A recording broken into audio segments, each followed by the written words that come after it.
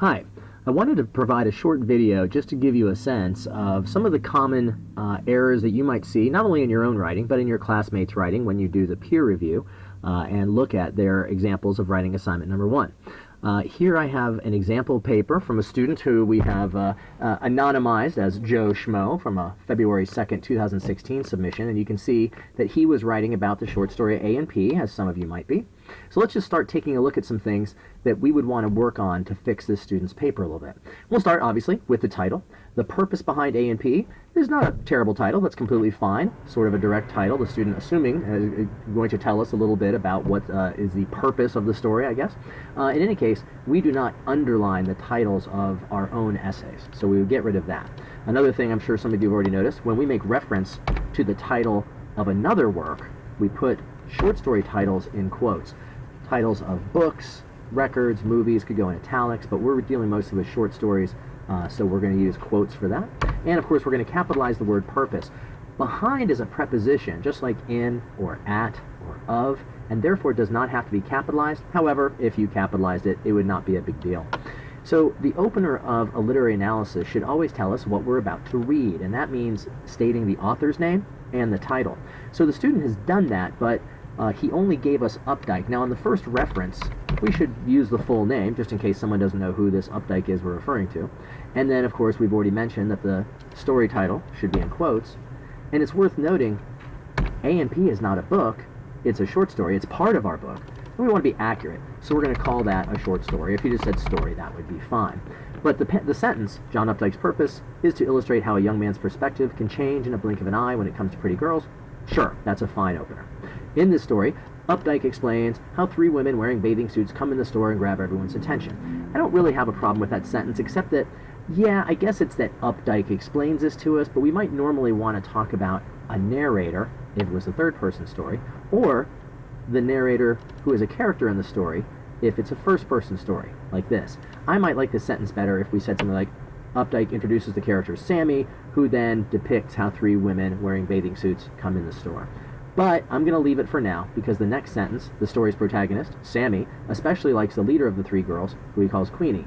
This way the student has introduced the protagonist, the main character, Sammy, in a way that's pretty good. Small potatoes, who and whom, tricky for everyone, I realize, but in this case, since he is calling her that, it's an object, so it would be whom. If you're not sure, read it out loud and you can usually tell. But that's not going to be the biggest issue with most people's paper.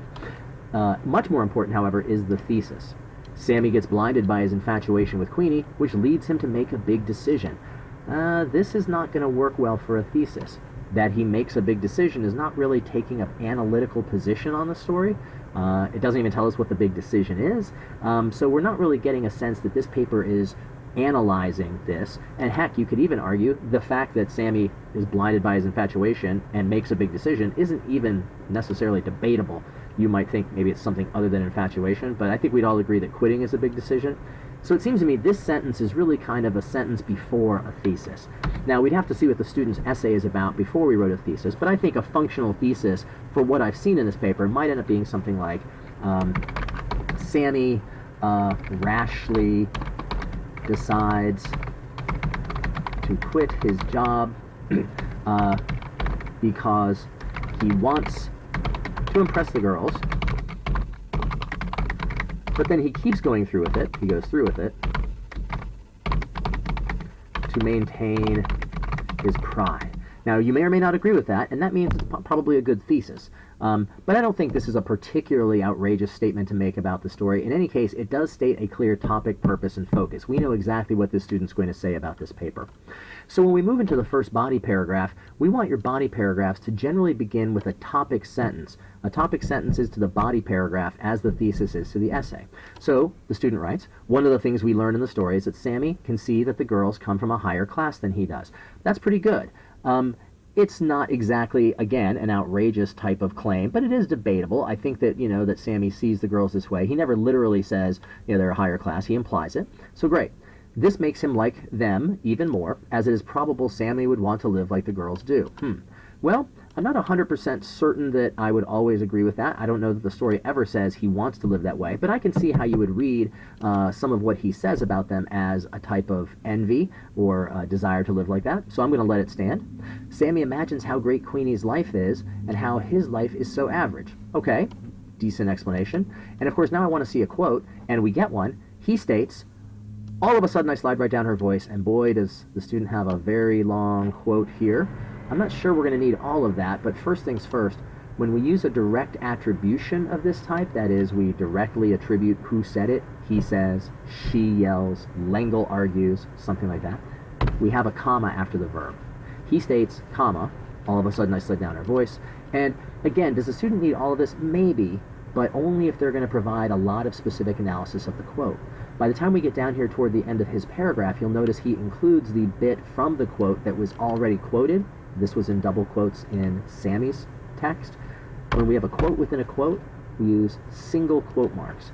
That indicates that there was quoted material inside our quote. That's explained on the quote integration file that's in the Unit 1 folder and also associated with the writing assignment files.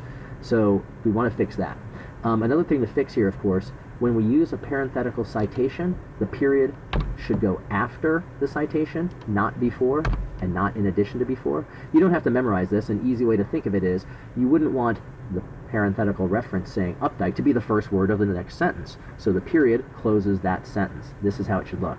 Now, if you're not using a book, if you're reading a story online, there'd be no page number, so that would be fine. If there is a page number, well, include it. I think that's page 181.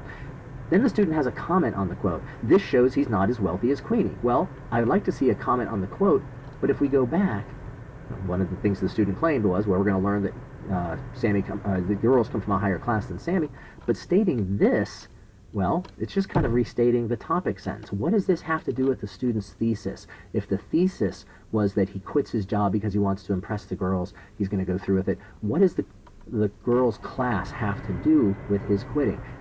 I'd have to get into the student's head, but here I might want to offer something like, Sammy envies the way the girls can talk to authority figures,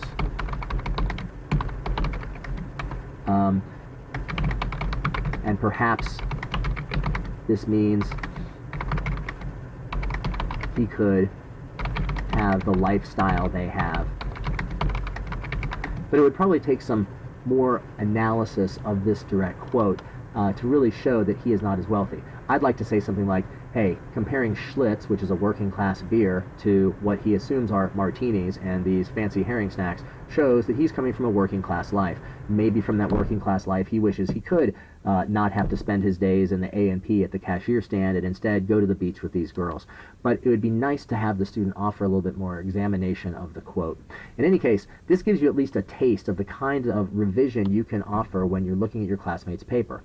Now I'm going to ask you, especially with your classmate's paper, don't worry about the grammar edits, but when you look at your own paper, think about some of these things I've offered here, and I hope they were of some help.